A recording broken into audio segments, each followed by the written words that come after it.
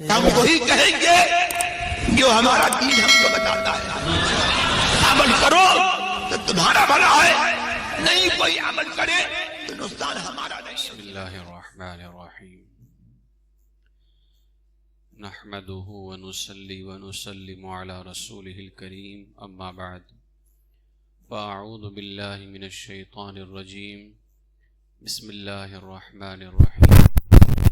ان اللہ وملائکتہ یصلون علی النبی یا ایہا الذین آمنوا صلوا علیہ وسلموا تسلیما. اللہم صل علی سیدنا ومولانا محمد وبارک وسلم صلاة وسلاما علیک یا سیدی یا حبیبی یا رسول اللہ صلی اللہ تعالی علیہ وسلم. السلام علیکم ورحمۃ اللہ وبرکاتہ. اسلامی سال کا آخری مہینہ ہے. اس ماہ مقدس کے اندر کئی بزرگان دین کے اعراس کی تاریخیں ہیں، اور کچھ تاریخوں کو بڑی نسبت حاصل ہے. مسلمانوں کے تیسرے خلیفہ، جامع قرآن، کامل حیاء ایمان، حضرت سیدنا عثمان غنی ذو النورین رضی اللہ تعالیٰ عنہ کی شہادت کی بھی تاریخ ہے 18 ذو الحجہ. سیدنا عثمان غنی رضی اللہ تعالیٰ عنہ تمام صحابہ کرام میں تیسرے نمبر پر ہیں اور اسلام اور مسلمانوں کے تیسرے خلیفہ ہیں. میرے آقا حضور سید عالم صلی اللہ تعالی علیہ وسلم نے آپ ہی کے حوالے سے فرمایا تھا کہ اگر میری 10 بیٹیاں بھی ہوتیں تو میں ایک کے بعد دوسری سے تمہارا نکاح کر دیتا، کیونکہ میں تم سے راضی ہوں. یعنی حضور علیہ الصلوۃ والسلام کی پہلی بیٹی حضرت سیدہ رقیہ رضی اللہ عنہا کا جب انتقال ہو گیا تو دوسری بیٹی حضرت سیدہ ام کلثوم رضی اللہ عنہا کا نکاح فرما دیا. جب سیدہ ام کلثوم رضی اللہ عنہا کا بھی انتقال ہو گیا تو میرے آقا علیہ الصلوۃ والسلام نے فرمایا تھا کہ عثمان اگر میری 10 بیٹیاں بھی ہوتی تو میں ایک کے بعد دوسری سے تمہارا نکاح کر دیتا. تو یہ اعزاز اور یہ شان جس کو حاصل ہے سیدنا عثمان غنی ذو النورین رضی اللہ تعالیٰ عنہ کو. اسی لیے اعلیٰ حضرت نے فرمایا نور کی سرکار سے پایا دوشالہ نور کا، ہو مبارک تم کو ذو النورین جوڑا نور کا. ذو النورین کہتے ہیں 2 نور والے کو، اور آپ کے نکاح کے اندر حضور سید عالم صلی اللہ تعالی علیہ وسلم کی 2 بیٹیاں آئی ہیں. تو اس بنیاد پر سیدنا عثمان غنی رضی اللہ تعالیٰ عنہ کو ذو النورین کہا جاتا ہے. حضرت سیدنا عثمان غنی رضی اللہ تعالیٰ عنہ عام الفیل کا جو واقعہ ہوا، یعنی ابرہہ بادشاہ نے جو مکہ شریف پر حملہ کیا، اس کے کچھ 6 سال کے بعد مکہ شریف میں پیدا ہوئے، اور آپ ان خوش نصیب صحابہ میں سے ہیں جنہوں نے ابتدا میں ہی، شروع میں ہی رسول اعظم صلی اللہ علیہ وسلم کے ہاتھ میں ہاتھ دے کر اسلام کو قبول فرمایا. اسلام جب لے کر کے آئے تو آپ کا خود کا چچا جس کا نام ہے حکم بن عاص، ان لوگوں کو پیچھے بٹھاؤ، پیچھے کرو، ان لوگوں کو پیچھے بٹھاؤ.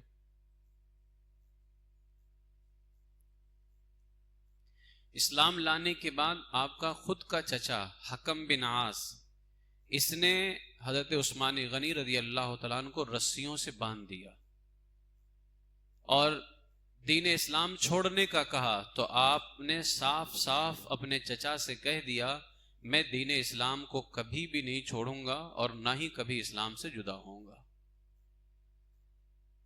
سیدنا عثمان غنی رضی اللہ تعالیٰ عنہ کو انہی وجوہات کی بنیاد پر اللہ کی بارگاہ میں بھی مقبولیت حاصل ہے اور رسول پاک صلی اللہ علیہ وسلم کی بارگاہ میں بھی مقبولیت حاصل ہے۔ اللہ کے رسول سید عالم صلی اللہ علیہ وسلم نے اپنی دو بیٹیاں آپ کے نکاح کے اندر عطا فرما دیں، اور سیدنا لوط علیہ السلام جو اللہ کے نبی ہیں، ان کے بعد حضرت عثمان رضی اللہ تعالیٰ عنہ پہلی ہستی ہیں جنہوں نے اللہ کی خاطر اپنے گھر والوں کے ساتھ میں ہجرت فرمائی ہے۔ حضرت لوط علیہ السلام نے اپنی بیوی کے ساتھ میں ہجرت کیا تھا، اپنا ملک اپنا گھر بار چھوڑا تھا اللہ کے لیے۔ اس کے بعد جس نے اپنی بیوی کو ساتھ لے کر کے اپنا وطن چھوڑا وہ حضرت عثمان غنی رضی اللہ تعالیٰ نے۔ جس وقت حضرت عثمان غنی رضی اللہ تعالیٰ نے حبشہ کی طرف ہجرت کی، مسلمانوں نے سب سے پہلی ہجرت حبشہ کی طرف کی ہے، بعد میں مدینہ شریف کی طرف، اس وقت سیدہ رقیہ رضی اللہ تعالیٰ عنہ حضرت عثمان غنی کے نکاح کے اندر تھی۔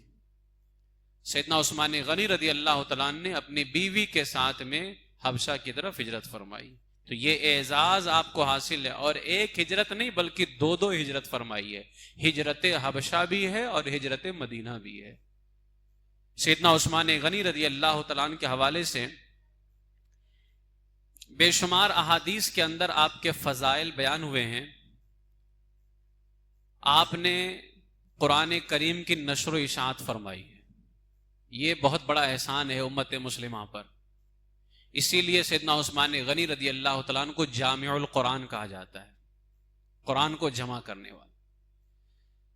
قرآن کو جمع کرنے کا آغاز تو سیدنا صدیق اکبر کے زمانے میں ہو گیا تھا، لیکن سیدنا صدیق اکبر نے قرآن کو جب جمع کیا تو الگ الگ حصوں میں تھا وہ، جس طرح سے آج ہمارے سامنے ایک حصے کے اندر ہے، یہ حصہ نہیں تھا۔ قرآن کو جمع کیا ہے سیدنا صدیق اکبر رضی اللہ تعالیٰ نے، لیکن یہ الگ الگ حصوں میں تھا۔ سیدنا عثمان غنی رضی اللہ تعالیٰ نے اپنے دور کے اندر اس بات کا اہتمام کیا کہ جتنے حصوں میں الگ الگ قرآن تھا ان تمام حصوں کو ایک حصے کے اندر کر دیا تھا آپ نے۔ اور پھر یہ احسان اس کے اندر کہ اعلیٰ حضرت علیہ رحمٰن نے اس پر پورا رسالہ لکھا ہے کہ سوال پیدا ہوا کہ جب صدیق اکبر نے جمع کیا تو عثمان غنی کو جامع القرآن کیوں کہا جاتا ہے؟ تو فرمایا اس کی وجہ یہ ہے کہ 3 کام عثمان غنی رضی اللہ تعالیٰ نے قرآن کے حوالے سے ایسا کیا ہے جس کو امت مسلمہ کبھی بلا نہیں سکتی ہے۔ ایک کام تو یہ کہ صدیق اکبر نے جمع تو کیا لیکن الگ الگ حصوں میں تھا، اس کو ایک حصے میں جس نے کیا ہے وہ عثمان غنی رضی اللہ تعالیٰ نے۔ اور دوسرا کام یہ کیا کہ سیدنا صدیق اکبر رضی اللہ تعالیٰ نے جمع تو کیا لیکن فاروق اعظم کے زمانے کے اندر اسلام پوری آدھی دنیا تک کے پھیل چکا تھا۔ سیدنا صدیق اکبر کے پردہ فرمانے کے بعد ظاہر سی بات ہے ان ملکوں تک کے، ان بادشاہوں تک کے، ان حکمرانوں تک کے قرآن کا نسخہ پہنچانا بھی تو ضروری تھا۔ فرماتے ہیں الگ الگ حکمرانوں تک قرآن کے نسخے کو جس نے پہنچایا وہ سیدنا عثمان غنی رضی اللہ تعالیٰ نے۔ اور تیسرا کام یہ کیا کہ قرآن جب نازل ہوا تھا الگ الگ لغات کے اندر، جتنے قبیلے تھے عرب کے اندر تو کچھ قبیلے والے اپنے اپنے لہجے میں قرآن پڑھتے تھے، یہ اجازت تھی، الگ الگ لہجہ تھا۔ لیکن جب بعد میں کچھ معاملات ایسے پیدا ہوئے کہ لہجوں میں قرآن کی تلاوت کرنے میں اختلاف ہونے لگا، کوئی سمجھتا تھا میرا لہجہ بہتر ہے، کوئی سمجھتا تھا میرا لہجہ بہتر ہے، اختلاف ہونے لگا۔ تو سیدنا عثمان غنی رضی اللہ تعالیٰ نے فرمایا اب کسی بھی لہجے میں قرآن کی تلاوت نہیں ہوگی، صرف اور صرف رسول پاک صلی اللہ علیہ وسلم کا جو قبیلہ ہے قبیلہ قریش، اس قریش قبیلے کی لغت کے اندر ہی قرآن پاک کی تلاوت کی جائے گی۔ یہ 3 کام آپ نے اتنا عظیم کیا۔ میرے امام اہل سنت اعلیٰ حضرت علیہ رحمٰن نے اسی لیے پورا رسالہ لکھا ہے اس بات پر کہ جامع القرآن اگر کوئی ہے تو سیدنا عثمان غنی ذو النورین رضی اللہ تعالیٰ عنہ۔ حضرت سیدنا عثمان غنی ذو النورین رضی اللہ تعالیٰ عنہ کا یہ احسان امت مسلمہ پر، کبھی آپ نے زمانے جاہلیت میں شراب نہیں پی، کبھی بدکاری کے قریب نہیں گئے، کبھی چوری نہیں کی، کبھی گانا نہیں گایا، کبھی جھوٹ نہیں بولا۔ اللہ تبارک و تعالی نے ان تمام چیزوں سے آپ کی حفاظت فرمائی اسلام سے پہلے بھی۔ اور کیوں نہ حفاظت ہو، کیونکہ حضور کا پہلا ساتھی بنانا تھا۔ یعنی آپ دیکھ لیں حضور علیہ الصلوۃ والسلام کے جتنے پہلے ساتھی ہیں شروع کے، ان کی پرانی زندگی کو بھی اٹھا کر کے دیکھیں تو بہت ہی پاکیزہ زندگی تھی، وہ بہت ہی پاکیزہ زندگی تھی۔ سیدنا حضرت عثمان غنی رضی اللہ تعالیٰ عنہ سخاوت، ادب، خیر خواہی، حیا، سادگی، عاجزی، اتباع سنت اور خوف خدا، یہ آپ کی سیرت مبارکہ کا ایک اہم حصہ ہے۔ سخاوت کے حوالے سے تو آپ بارہا سنتے ہیں، ان کی سخاوت بہت نرالی شان ہے۔ ادب اور حیا، پھر حیا ایسا آپ کے اندر حیا کا جوہر ہے کہ فرشتے بھی آپ سے حیا فرماتے ہیں۔ سیدنا عثمان غنی رضی اللہ تعالیٰ عنہ کے اندر اپنے محبوب آقا کا ادب اتنا زیادہ تھا کہ جس ہاتھ سے آپ نے حضور علیہ الصلوۃ والسلام کے دست حق پرست پر بیعت کیا تھا، جب آپ تشریف لے کر کے آئے تو آپ نے اپنے آقا کے مبارک ہاتھوں میں ہاتھ دیا۔ جس ہاتھ کو عثمان غنی رضی اللہ تعالیٰ عنہ نے حضور کے ہاتھ میں دے دیا تھا، ادب اتنا زیادہ تھا، کبھی اس ہاتھ سے اپنی شرمگاہ کو چھوا ہی نہیں۔ یہ ادب تھا حضور علیہ الصلوۃ والسلام کا کہ یہ ہاتھ شرمگاہ پہ کیسے جا سکتا ہے، یہ ہاتھ تو حضور کے مبارک ہاتھوں پہ گیا ہوا ہے، اس ہاتھ نے حضور کے ہاتھوں کو چھوا ہے، یہ ادب تھا۔ اور سخاوت ایسی کہ غزوہ تبوک کے موقع پر مسلمانوں کی بے سر و سامانی کو جب دیکھا، حضور نے فرمایا کوئی ہے جو اللہ کی راہ میں دے گا؟ حضرت بلال حبشی کو حضور فرماتے تھے اعلان کرو، جیسے اعلان کیا، اب اس وقت اتنی بے سر و سامانی تھی صحابہ کے پاس، یہ وہی جنگ ہے جس میں صدیق اکبر نے اپنا پورا مال لا کر کے دے دیا تھا، فاروق اعظم نے اپنے گھر کا آدھا مال لا کر کے دے دیا تھا۔ سیدنا بلال حبشی اعلان کرتے ہے کوئی دینے والا؟ سیدنا عثمان غنی کھڑے ہو گئے اور کہا 100 اونٹ اللہ کی راہ میں دیتا ہوں۔ پھر میرے آقا نے فرمایا بلال اور اعلان کرو، ابھی اور کمی ہے مسلمانوں کے پاس۔ دوبارہ اعلان کیا تو دوسری مرتبہ پھر سیدنا عثمان غنی کھڑے ہوئے اور کہا 200 اونٹ اللہ کی راہ میں پیش کرتا ہوں۔ لیکن اتنی بے سر و سامانی تھی، رسول اعظم صلی اللہ علیہ وسلم نے فرمایا بلال اور اعلان کرو۔ جب تیسری مرتبہ اعلان کیا تو تیسری مرتبہ پھر حضرت عثمان غنی رضی اللہ تعالیٰ عنہ کھڑے ہوئے اور کہا 300 اونٹ میں اللہ کی راہ میں پیش کرتا ہوں۔ مفتی احمد یار خان نعیمی رحمۃ اللہ تعالی علیہ فرماتے اس کا یہ مطلب نہیں کہ پہلے والے کو دوسرے میں جوائنٹ کر کے 200 تھا، پھر پچھلے دو کو تیسرے میں جوائنٹ کر کے 300 تھا، نہیں، وہ 100 200 پھر یہ 300 ٹوٹل 600 ہو گئے، یہ 600 ہو گئے۔ میرے آقا علیہ الصلوۃ والسلام کی بارگاہ میں وعدہ تو کیا کہ 600 اونٹ، جب لینے کے لیے پہنچے ہیں تو اپنے خادم کو حکم دیا کتنے اونٹ ہیں؟ کہا 950 اونٹ ہیں۔ کہا پورے اونٹ لے کر کے آئیں۔ 950 اونٹ لیا۔ کہا اور کچھ ہیں؟ کہا اونٹ تو نہیں ہے، 50 گھوڑے ہیں۔ کہا 50 گھوڑے بھی لے کر کے آؤ۔ 950 اونٹ، 50 گھوڑے اور 1000 اشرفیاں لے کر کے رسول اعظم صلی اللہ علیہ وسلم کی بارگاہ میں پہنچے ہیں۔ اور تاریخ میں آیا کہ پھر بعد میں 10,000 اشرفیاں اور پیش کی۔ جب میرے آقا علیہ الصلوۃ والسلام کی بارگاہ میں یہ سب لے کر کے پہنچے، حضور علیہ الصلوۃ والسلام نے فرمایا اور کمی ہے اس وقت۔ یہ جو جنگ تھی، جنگ تبوک جو ہے، امام اہل سنت اعلی حضرت نے اسی لیے فرمایا ہے زاہد مسجد احمدی پر درود، دولت جیش عسرت پہ لاکھوں سلام۔ اس جنگ کے اندر سیدنا عثمان غنی رضی اللہ تعالیٰ نے بہت مدد کی تھی۔ جب دیکھا کہ حضور علیہ الصلوۃ والسلام اعلان کر رہے ہیں تو سیدنا عثمان غنی نے اتنا دینے کے بعد فرمایا یا رسول اللہ، جتنے صحابہ جنگ میں جائیں گے ان کے جانے کے بعد ان کے پیچھے ان کے گھر کا سارا خرچہ عثمان غنی کے ذمے پہ ہے، ان کے گھر کا سارا خرچہ میرے ذمے ہے۔ اس لیے کہ ظاہر سی بات ہے وہ جنگ میں جائیں گے، پیچھے تو ان کے گھر والے ہیں نا، ان کے گھر کو کون سنبھالے گا؟ سیدنا عثمان غنی ذوالنورین رضی اللہ تعالیٰ عنہ اس جنگ میں حضور علیہ الصلوۃ والسلام نے فرمایا تھا، اتنے خوش ہو گئے کہ سیدنا عثمان غنی ذوالنورین کی اشرفیوں کو حضور نے اپنے دامن مبارک میں لیا اور اس کو الٹتے تھے، پلٹتے تھے اور آسمان کی طرف نگاہ اٹھا کر کے فرمایا میرے عثمان سے آج کے بعد اللہ تعالیٰ کسی کا حساب نہیں لے گا، کسی کا حساب نہیں لے گا. اتنے خوش ہوئے رسول پاک سید عالم صلی اللہ علیہ وسلم. تو یہ ذات ہے سیدنا عثمان غنی ذو النورین رضی اللہ تعالیٰ عنہ کی خیر خواہی. اتنا زیادہ آپ کے اندر یہ جذبہ تھا کہ ہر جمعہ کو ایک غلام آزاد کرتے تھے. اتنی بھلائی چاہتے تھے، ہر جمعہ کو ایک غلام آزاد کرتے. جس جمعہ کو آزاد نہیں کر پاتے آنے والے جمعہ کو 2 غلام آزاد کرتے تھے. اور جب حضور علیہ الصلوۃ والسلام کی دعوت کرتے اپنے گھر تو حضور علیہ الصلوۃ والسلام کے مبارک قدموں کو گنتے تھے. تو صحابہ نے پوچھا کہ آپ حضور کے قدموں کو گنتے کیوں ہو؟ تو فرمایا اپنے محبوب کے ہر قدم کے بدلے مجھے ایک غلام آزاد کرنا ہے. یہ عشق بھی ہے، ادب بھی ہے، احترام بھی ہے اور محبت بھی ہے سیدنا عثمان غنی رضی اللہ تعالیٰ عنہ کا. اور اسی طریقے سے حیا اس طرح سے کہ بند کمرے میں بھی غسل کرتے تو نہ اپنے کپڑے اتارتے، اور روایتوں میں آیا ہے کہ کمر بھی سیدھی نہیں کرتے تھے.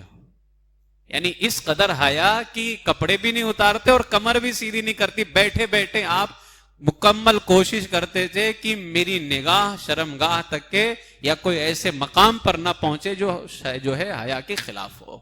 اس قدر آپ کے اندر حیا اور شرم.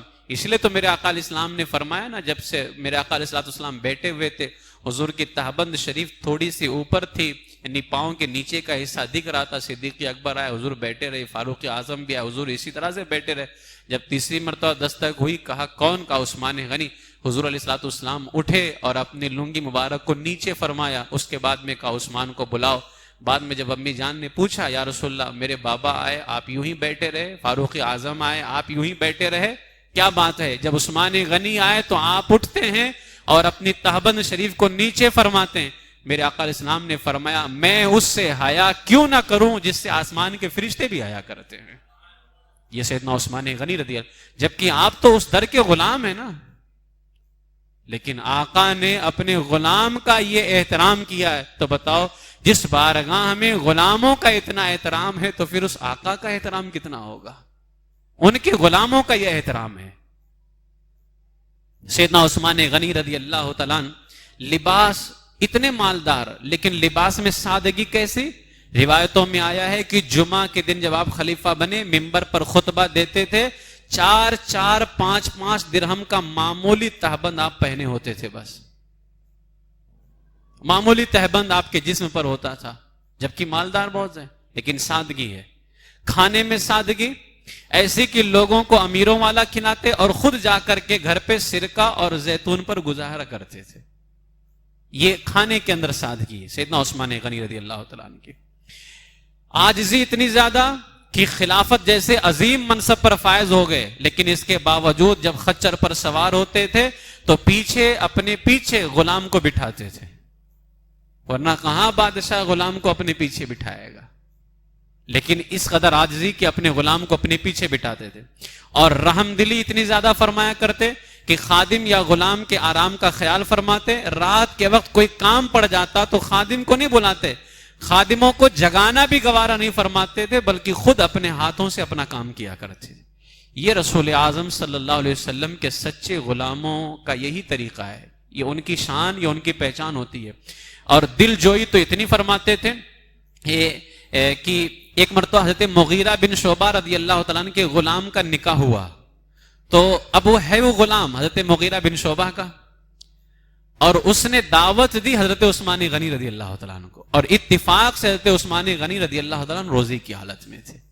حضرت عثمان غنی رضی اللہ تعالیٰ عنہ اس غلام کے نکاح میں گئے اور فرمایا میں روزے سے ہوں، مگر میں نے یہ پسند کیا کہ تمہاری دعوت کو قبول کر لوں اور آ کر کے تمہارے لیے برکت کی دعا کروں. ہے غلام، لیکن جب نکاح کی دعوت دی تو سیدنا عثمان غنی رضی اللہ تعالیٰ عنہ ان کے نکاح کے اندر پہنچے. عبادت گزار ایسے کہ رات کے ابتدائی حصے میں آرام کرتے، پھر اس کے بعد جا کر کے پوری رات عبادت فرمایا کرتے تھے. تلاوت قرآن کے اس قدر عاشق کہ ایک رکعت میں قرآن پاک کو مکمل فرمایا کرتے، اور خود فرماتے تھے سنو اگر تمہارا دل پاک نہیں ہوگا تو قرآن پاک کی لذت تم محسوس نہیں کر سکتے. جس کا دل پاک ہوتا ہے وہی اس کلام کی لذت کو محسوس کرتا ہے. یہ حقیقت ہے. ہمیں قرآن پاک کی لذت اسی لیے محسوس نہیں ہوتی ہے کہ ہمارا دل پاک نہیں رہ گیا. فرماتے تھے اگر اس کلام کی لذت چاہتے ہو تو اپنے دل کو پاک کرو. عشرہ مبشرہ میں شامل ہیں 10 جنتی صحابہ جن کو ایک مجلس میں رسول پاک علیہ السلام نے جنت کی بشارت دی، لیکن اس کے باوجود حال ایسا ہے، فکر آخرت کا خوف اتنا ہے، جب کسی قبر کے پاس کھڑے ہوتے تو اتنا روتے کہ آپ کی داڑھی مبارک بھیگ جایا کرتی تھی.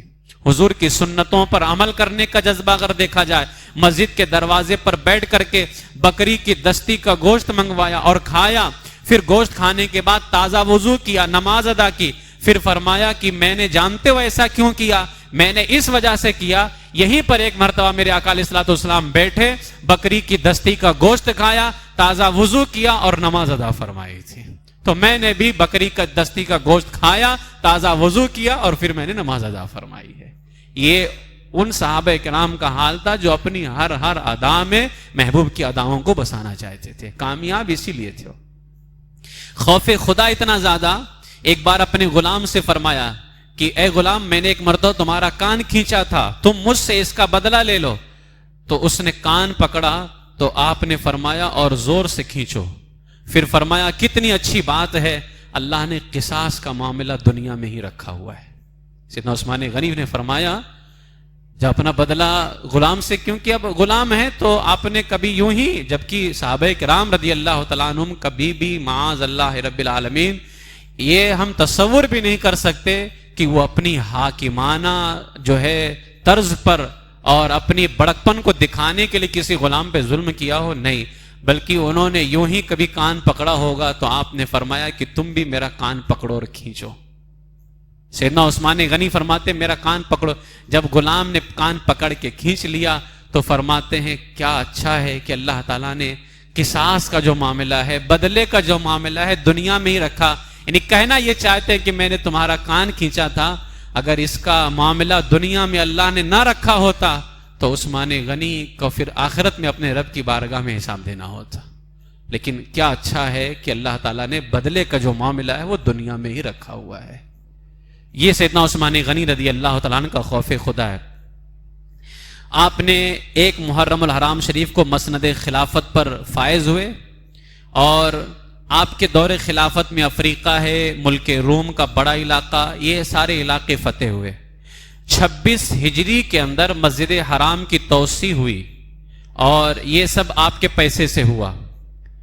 سیدنا عثمان غنی رضی اللہ تعالی عنہ کا جو دور خلافت ہے یہ تقریباً 12 سال.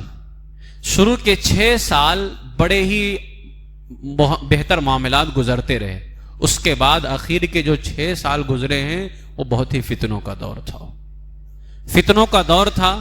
سیدنا عثمان غنی رضی اللہ تعالیٰ عنہ فتنوں کے زد میں آ گئے اور آپ کے دور خلافت کے اندر فتنہ فساد کا دروازہ کھلا اور مدینہ منورہ میں بلوائیوں اور باغیوں نے امیر المومنین سیدنا عثمان غنی رضی اللہ تعالیٰ عنہ کے گھر کا محاصرہ کیا. گھر کا محاصرہ کیا. روایتوں میں آیا 40 دن یا 49 دن یا 80 دن تک کے پانی بند رکھا گیا آپ پر. 40 دن یا 49 یا 80 ڈیز تک کے آپ کو قید کر کے رکھا گیا اور پانی بند کر کے رکھا گیا. اس دوران سیدنا عثمان غنی رضی اللہ تعالیٰ نے اگر چاہتے تو صحابہ کرام کو جمع کرتے اور باغیوں کو کچل کر کے رکھ دیتے تھے. خلیفہ تھے. ایک اشارے پر پوری دنیا کھڑی ہو جاتی تھی. خلیفہ جو اس وقت ہوتے تھے وہ کسی ایک علاقے کے نہیں ہوتے تھے. جہاں جہاں اسلامی حکومت ہے ان کا ایک اشارہ ہو تو پوری دنیا سے مسلمان کھڑے ہو جائیں. کیا نہیں اگر وہ چاہ لیتے تو کیا چند لمحے بھر کے اندر ان باغیوں کو کچل کر کے نہیں رکھ دیتے؟ لیکن سیدنا عثمان غنی رضی اللہ تعالیٰ نے اتنے دنوں تک کہ اپنے آپ کو قید کروانا پسند کیا. پانی بند رکھ دیا گیا، پیاسا رہنا پسند کیا، لیکن اپنے محبوب کے شہر کے اندر خون بہانا پسند نہیں کیا.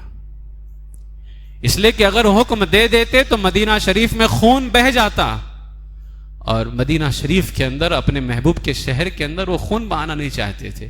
یہ ان صحابہ کرام کا حال تھا کہ مدینہ شریف میں کے ادب کے اندر اپنی جان دینا تو گوارا کرتے تھے، لیکن مدینہ شریف کے اندر کوئی شور شراپا ہو، کسی نیزے کی آواز پیدا ہو، صحابہ گوارا ہی نہیں کرتے تھے.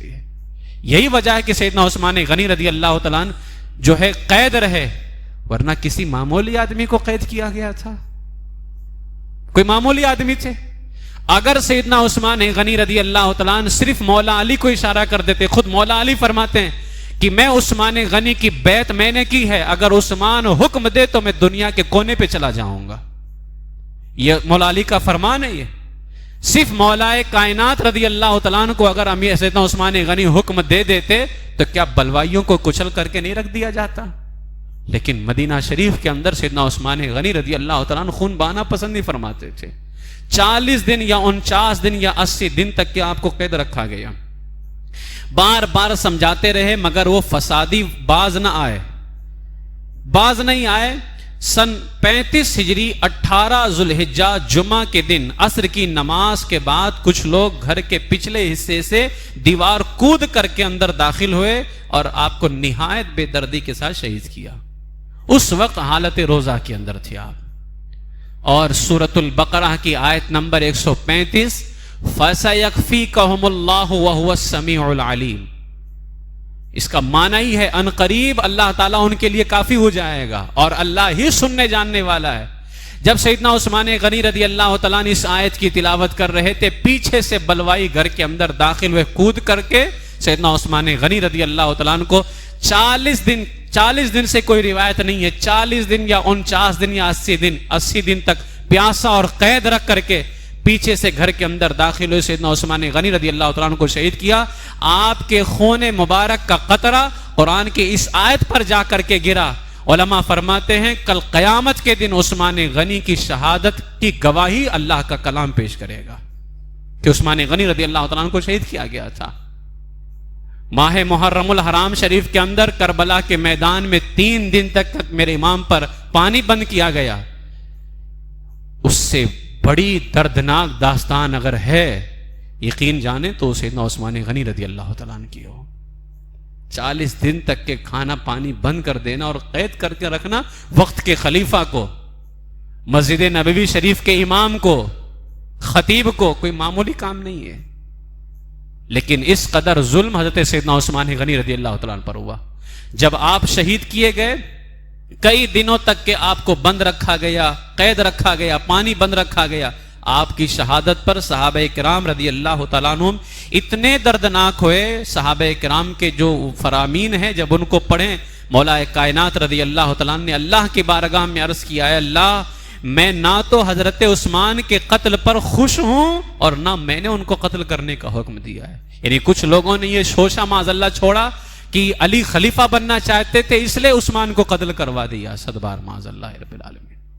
تو فرمایا اللہ نہ میں تو خوش ہوں اور نہ میں نے ان کے قتل کا حکم دیا ہے. یہ سیدنا مولا کائنات کا سیدنا سعد بن ابی وقاص رضی اللہ تعالیٰ عنہ جو عشر مبشرہ میں سے ہیں، جب عثمان غنی کو شہید کیا گیا اس واقعے کے بعد سعد بن ابی وقاص نے گوشہ نشینی اختیار کر لی، الگ ہو گئے اور اپنے گھر والوں کو حکم دیا لوگوں کے کچھ معاملات کی خبر پہنچاتے رہے، باقی مجھے دنیا کی کسی خبر سے کوئی لینا دینا نہیں ہے.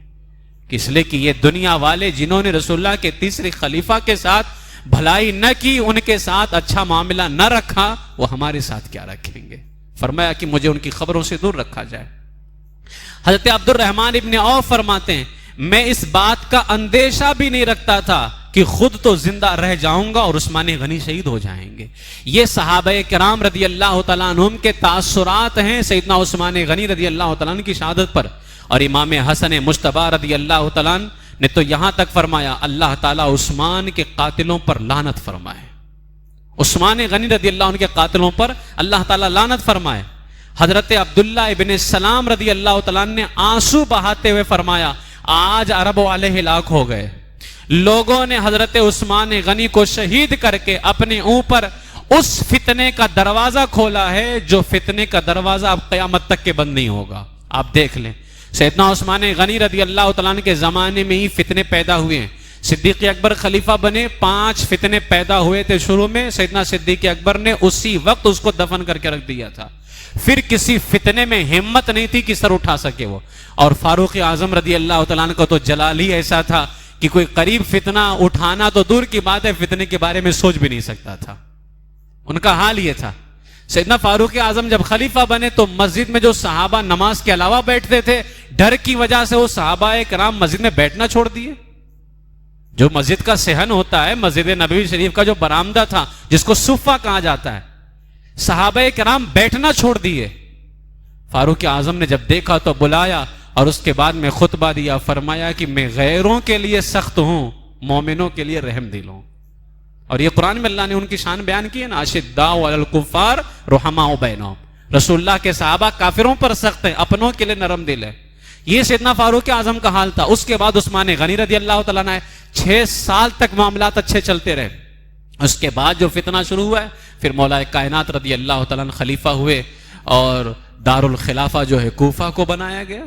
پھر اس کے بعد میں جو شیعت کا فتنہ اور بے شمار خارجیوں کا جو فتنہ پیدا ہوا، تو آج تک فتنے کہاں ہوئے بن.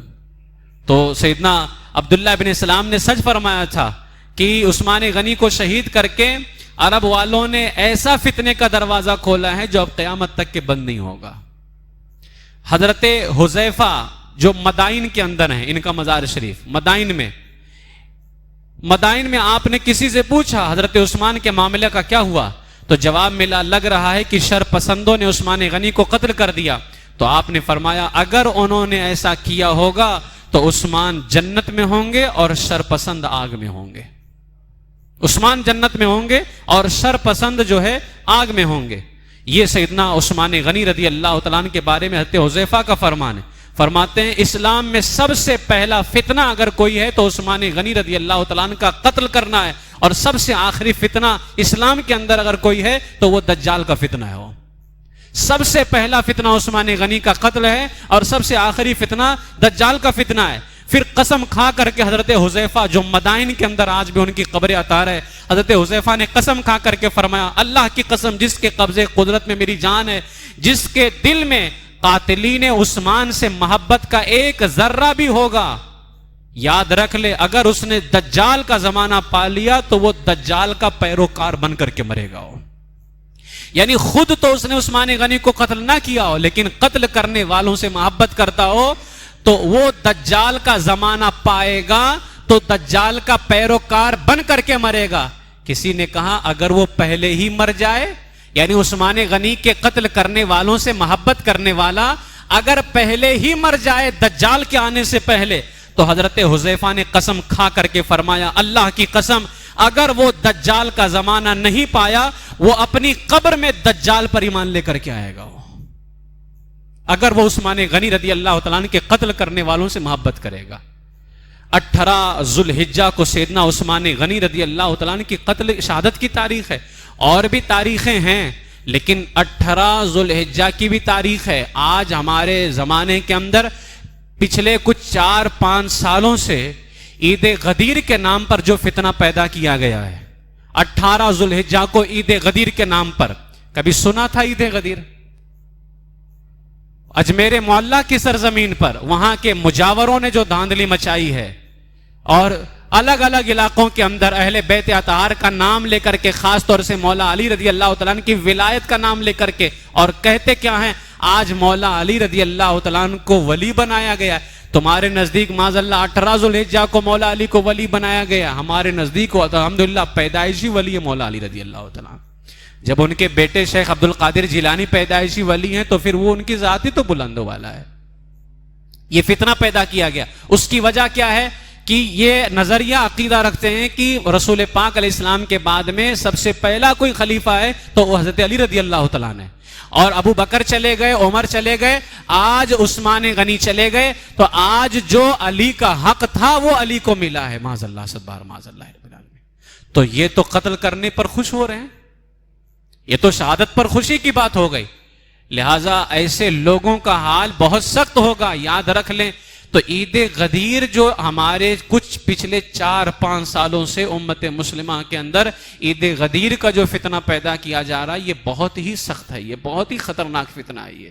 اور اس کو آج بہت سارے لوگ صرف مولائے کائنات کی محبت میں کہتے ہیں منا رہے ہیں. ہم محرم الحرام شریف میں 3 دن تک امام حسین رضی اللہ تعالیٰ عنہ پر پانی بند کیا گیا نا. بتائیے کوئی خوشی محسوس ہوتی ہے؟ 10 تاریخ کو جب شہادت امام حسین بیان کرتے ہیں کوئی خوشی محسوس ہوتی ہے؟ اور یہی مولائی، خبیث مولائی، رافضی مولائی، یہی چیختے چلاتے ہیں جبکہ محرم میں شادی بیاہ سب جائز ہے. اگر کوئی شادی بیاہ کر لے تو شرعاً کسی کام کا ہونا اور ہوتا ہے، اور انسان سچویشن، کیفیت، حالات کے حساب سے نہ کرے، یہ اور بات ہے، یہ اور بات ہے.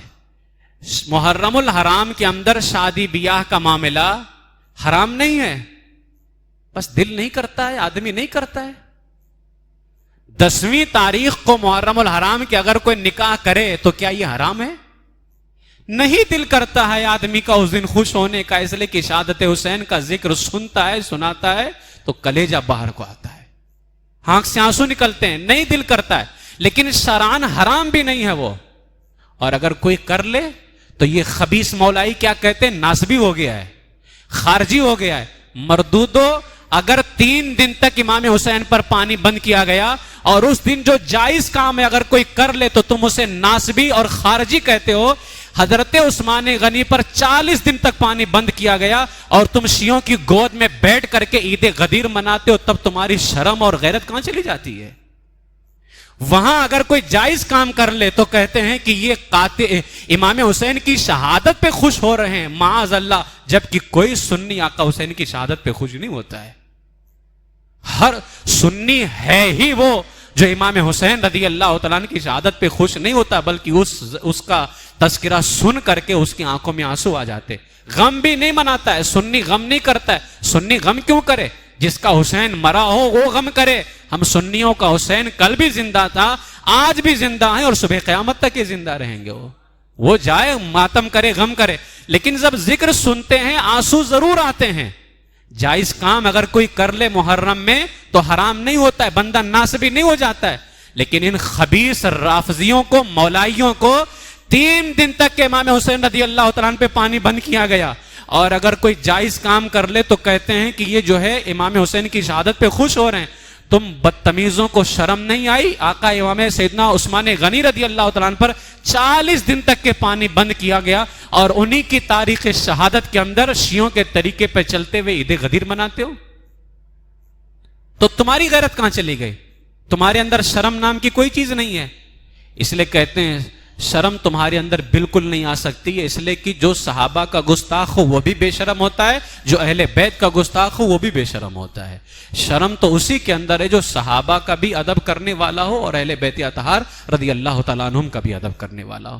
میرے آقا امام سیدنا عثمان غنی رضی اللہ تعالیٰ عنہ کو جب گھیرا گیا تھا، مولا کائنات رضی اللہ تعالیٰ عنہ نے اپنے دونوں شہزادوں کو سیدنا عثمان غنی کے دروازے پر کھڑا کر دیا تھا، پہرے دار بنا کر کے، کہ تم دونوں ان کے دروازے پر پہرا دیتے رہو. بتاؤ، جن کے دروازے پہ جنتی نوجوانوں کے سردار پہرا دے رہے ہوں، ان خبیثوں کے اندر، بلوائیوں کے اندر تو ہمت نہیں تھی کہ دروازے سے جا سکے، کیونکہ وہاں مولائے کائنات کے 2 شیر موجود تھے. وہاں پہ امام حسن اور امام حسین رضی اللہ تعالیٰ عنہ دروازے پہ تھے، پہرا دے رہے تھے. مولائے کائنات نے اسی لیے کھڑا کیا تھا کہ کوئی عثمان غنی رضی اللہ تعالیٰ عنہ کو نقصان نہ پہنچا سکے. لیکن بلوائیوں نے گھر کے پچھلے حصے سے گھس کر کے سیدنا حضرت عثمان غنی رضی اللہ تعالیٰ عنہ پر حملہ کیا تھا. تو بتائیے، جن کے دروازے پر پہرا دینے والے امام حسن اور امام حسین رضی اللہ تعالیٰ عنہما ہوں، آج ان کا نام لے کر کے ان کی شہادت کی تاریخ کے اندر اتنا بڑا فتنہ امت کے اندر پیدا کیا جا رہا ہے. میں یہ نہیں کہتا کہ شہادت عثمان پر غم منانا جائز ہو گیا ہے، میں یہ نہیں کہتا.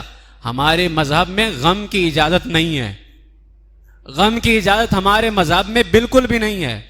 لیکن میں یہ کہنا چاہتا ہوں کہ اس موقع پر جو 18 ذوالحجہ ہے، اس موقع پر عید غدیر کا فتنہ جو معاملات پیدا کیے جا رہے ہیں، کیونکہ میں تھا نہیں، ورنہ میں اس تاریخ کو عید غدیر کے حوالے سے کچھ باتیں پیش کرنے والا تھا کہ یہ عید غدیر ہے کیا. اس کا پورا بیان بھی میرے جو ہے نا چینل پر موجود ہے. پچھلے سال میں نے بیان کیا تھا عید غدیر کے حوالے سے. عید غدیر بہت بڑا فتنہ ہے امت مسلمہ کے اندر، اور یہ مولا کائنات رضی اللہ تعالیٰ عنہ کی ولایت کے نام پر اس فتنے کو پیدا کرنے کی کوشش کی جا رہی ہے، اور ہمارے بچے، ہمارے نوجوان اس فتنے کا شکار ہوتے چلے جا رہے ہیں. میرے عزیزو، خدا کے واسطے اپنے ایمان کی فکر کرو، اپنے عقیدے کو بچانے کی کوشش کرو. آج فتنے اتنے پیدا ہو رہے ہیں کہ جو ہے آپ اندازہ نہیں لگا سکتے اس کا. اگر فتنوں سے بچنا ہو تو واحد راستہ یہی ہے، اہل سنت و جماعت کے عقائد و نظریات کو مضبوطی سے تھامے رہو اگر فتنوں سے بچنا ہے تو. سیدنا عثمان غنی رضی اللہ تعالیٰ عنہ کی یہ شہادت کی تاریخ ہے 18 ذوالحجۃ الحرام.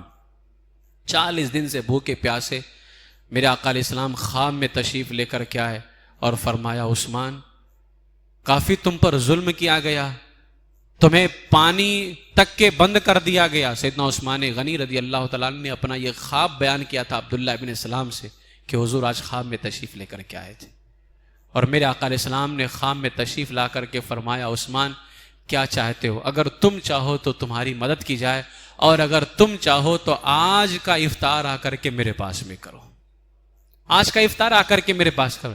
تو سیدنا عثمان غنی رضی اللہ تعالیٰ عنہ سے عبداللہ ابن سلام نے کہا آخر آپ نے کیا کہا؟ حضور نے اختیار دیا تھا نا کہ چاہو تو تمہاری مدد ہو جائے، چاہو تو افطار حضور کے پاس میں ہو، تو آپ نے کیا اختیار کیا؟ ہم جیسے کمینے کیا اختیار کریں گے؟ افطار کرنا. تو پھر وہ تو کامل ایمان والے، کامل حیا رکھنے والے، تیسرے نمبر کے عظیم عاشق رسول، افضل خلیفہ، ان کا ایمان کیسا ہوگا؟ عبداللہ ابن سلام نے پوچھا تم نے کیا مانگا؟ کہا کیا مانگنا تھا، پریشان ہو چکا ہوں ان فتنوں سے. میں نے کہا یا رسول اللہ آپ اپنے پاس ہی بلا لیں، آج کا افطار آپ کی بارگاہ میں کرنا ہے. اسی دن سیدنا عثمان غنی رضی اللہ تعالیٰ عنہ کو جمعہ کا دن تھا، اور جمعہ کی رات میں حضور علیہ السلام خواب میں تشریف لے کر کے آئے تھے. 40 دن سے آپ کا روزہ چل رہا تھا بھوک کے پیاسے، اور اسی رات میں آپ کے خواب میں حضور علیہ السلام تشریف لے کر کے آئے. فرمایا کیا چاہتے ہو؟ فرمایا حضور آپ کے ساتھ افطار کرنا چاہتا ہوں. جمعہ کا دن گزرا بھی نہیں تھا کہ سیدنا عثمان غنی رضی اللہ تعالیٰ عنہ کی شہادت ہو گئی. اور اس طرح سے بلوائیوں نے آپ کو ظلماً شہید کیا. اللہ تبارک و تعالیٰ سیدنا عثمان غنی رضی اللہ تعالیٰ عنہ کا صدقہ عطا فرمائے. جنت البقیع شریف میں آپ کی قبر اطہر ہے، حش کوکب میں. جنت البقیع کا جو حصہ ہے آج کافی بڑا ہے، پہلے اتنا بڑا نہیں تھا. پہلے اتنا بڑا نہیں تھا. اپنی شہادت سے کچھ دن پہلے سیدنا عثمان غنی رضی اللہ تعالیٰ عنہ کیونکہ جنت البقیع میں جاتے تھے، کچھ صحابہ کرام تھے جنت البقیع سے ہٹ کر کے بالکل ایسی جگہ جہاں کوئی قبر تھی ہی نہیں، کوئی قبر نہیں تھی. سیدنا عثمان غنی رضی اللہ تعالیٰ عنہ نے ایک جگہ پر اشارہ کر کے فرمایا یہاں ایک شخص کو دفن کیا جائے گا جس کو ظلماً شہید کیا جائے گا، یہاں اس کو دفن کیا جائے. وہ جگہ حش کوک، لیکن آج وہ پورا حصہ جنت البقیع میں آتا ہے. سیدنا عثمان غنی رضی اللہ تعالیٰ عنہ کی جہاں قبر اطہر ہے بالکل وہ باؤنڈری سے لگ کر کے ہو، پورا حصہ اب اس میں شامل کر لیا گیا کیونکہ احاطہ بڑھا دیا گیا اس کا. صحابہ فرماتے ہیں کہ ہم حیران تھے کہ آخر جس کا بھی انتقال ہوتا ہے اس کو تو اس قبرستان میں دفن کیا جاتا ہے جہاں 10,000 صحابہ کی قبریں ہیں، یعنی جہاں صحابہ کرام کی قبریں ہوتی تھیں وہاں دفن کیا جاتا تھا. آخر کون ہے ایسا صحابی جس کو ظلماً شہید کیا جائے گا؟ اور حضرت عثمان غنی رضی اللہ تعالیٰ عنہ کے اشارے کے مطابق اس کو ایسی جگہ دفن کیا جائے گا جہاں کسی صحابی کی قبر ہونا تو دور کی بات ہے، کسی کی قبر نہیں ہے، حش کوکب کے اندر. صحابہ فرماتے ہیں ہم اس وقت تو نہ سمجھ سکے، لیکن جب سیدنا عثمان غنی رضی اللہ تعالیٰ عنہ کا انتقال ہوا ہے تو ظالموں کے ظلم کی وجہ سے اس قبرستان میں دفن کرنا بھی دشوار تھا جہاں صحابہ کرام کی قبریں تھیں، رات کی تاریکی کے اندر سیدنا عثمان غنی رضی اللہ تعالیٰ عنہ کا جنازہ چند آدمی لے کر کے چلے ہیں اور حش کوکب کے اندر جا کر کے دفن کیا۔ صحابہ کرام چند کی تعداد میں تھے، کیونکہ بہت ہی پوشیدہ طور پر دفن کیا گیا، ظالموں سے ڈر تھا کہ وہ عثمان غنی رضی اللہ تعالیٰ عنہ کی لاش مبارک کو تکلیف پہنچاتے۔ صحابہ فرماتے ہم ابھی دفن ہی کر رہے تھے کہ کچھ لوگوں کی آواز آئی، کچھ گھوڑ سوار آئے، ہم نے جب مڑ کر کے دیکھا، ہم نے پوچھا آپ لوگ کون ہیں؟ تو انہوں نے فرمایا ہم اللہ کے نیک فرشتے ہیں جو عثمان غنی رضی اللہ تعالیٰ عنہ کے دفن میں شامل ہونے کے لیے آئے ہیں۔ تو سیدنا عثمان غنی رضی اللہ تعالیٰ عنہ کے جنازے کے اندر اور آپ کے دفن کے معاملات کے اندر فرشتے بھی نازل ہوئے، وہاں جا کر کے آپ کو دفن کیا گیا رات کی تاریکی کے اندر۔ صحابہ کرام بعد میں کہتے تھے عثمان غنی رضی اللہ تعالیٰ عنہ نے جس مظلوم کے بارے میں کہا تھا کہ اس کو ظلماً شہید کیا جائے گا اور اس کو لا کر کے یہاں دفن کیا جائے گا، وہ کوئی اور نہیں تھا، خود عثمان غنی رضی اللہ تعالیٰ عنہ نے اپنی طرف اشارہ کیا تھا۔ میرے عزیزو، سیدنا عثمان غنی رضی اللہ تعالیٰ عنہ کے حوالے سے بہت ساری باتیں تھیں۔ اللہ تبارک و تعالیٰ کی بارگاہ میں دعا ہے کہ پروردگار عالم سیدنا عثمان غنی رضی اللہ تعالیٰ عنہ کا صدقہ عطا فرمائے، ان کے نقش قدم پر چلنے کی توفیق عطا فرمائے۔ 18 ذوالحجہ کی تاریخ گزری ہے، ہم اس تاریخ کو بھی ذکر کرتے ہیں اور اپنی زندگی کے ہر لمحہ صحابہ کرام رضی اللہ عنہم اور اہل بیت اطہار رضی اللہ تعالیٰ عنہم کا ذکر خیر کرتے ہیں۔ اللہ تبارک و تعالیٰ ہمارے ان ذکروں کو قبول فرمائے اور ان آقاؤں کے طفیل اللہ تعالیٰ دنیا میں بھی ہماری بخشش فرمائے اور کل قیامت کے دن اللہ تعالیٰ بخشے ہوئے گروہ میں ہمارا حشر نصیب فرمائے۔ سیدنا عثمان غنی رضی اللہ تعالیٰ عنہ کی شہادت عظیمہ کے طفیل اللہ تعالیٰ ہمیں بھی جو ہے اسلام کی راہ میں شہادت نصیب فرمائے اور مدینہ شریف کے اندر اللہ تعالیٰ ہمیں موت نصیب فرمائے۔ مدینہ شریف کی موت بھی شہادت ہے، یہ یاد رکھ لیجئے۔ یہاں نارملی مرنا جو ہے صرف مرنا ہے، مدینہ شریف میں مرنا بھی شہادت ہے، یہ علماء نے فرمایا ہے۔ تو اگر مدینہ شریف میں مر گئے تو مریں گے بھی اچھی جگہ پر اور شہادت کا بھی رتبہ مل جائے گا۔ اس لیے فاروق اعظم دعا فرماتے تھے اللہم ارزقنا شہادتاً فی سبیلک وجعل موتنا فی بلد حبیبک، اے اللہ مجھے تیرے راستے میں موت عطا فرما، شہادت عطا فرما اور تیرے حبیب کے شہر میں موت عطا فرما۔ اس لیے یہ دعا بھی آپ لوگ کیا کرو، اللہم ارزقنا شہادتاً فی سبیلک وجعل موتنا فی بلد حبیبک۔ دعا مقبول ہو گئی ان کی اور حضور کے بغل میں آرام فرمائے۔ ہم اس لائق تو نہیں، لیکن اگر دعا کرتے رہے اور مقبول ہو گئی تو انشاءاللہ حضور کے قدموں میں ضرور آرام کریں گے ہم۔ اس لیے یہ دعا کرتے رہے، اللہ تبارک و تعالیٰ ان آقاؤں کا صدقہ عطا فرمائے، مذہب حق اہل سنت و جماعت مسلک اعلیٰ حضرت پر استقامت عطا فرمائے اور اسی پر اللہ تعالیٰ ہمارا اور آپ سب کا خاتمہ فرمائے۔ وآخر دعوایا ان الحمد للہ رب العالمین۔ السلام علیکم ورحمۃ اللہ وبرکاتہ۔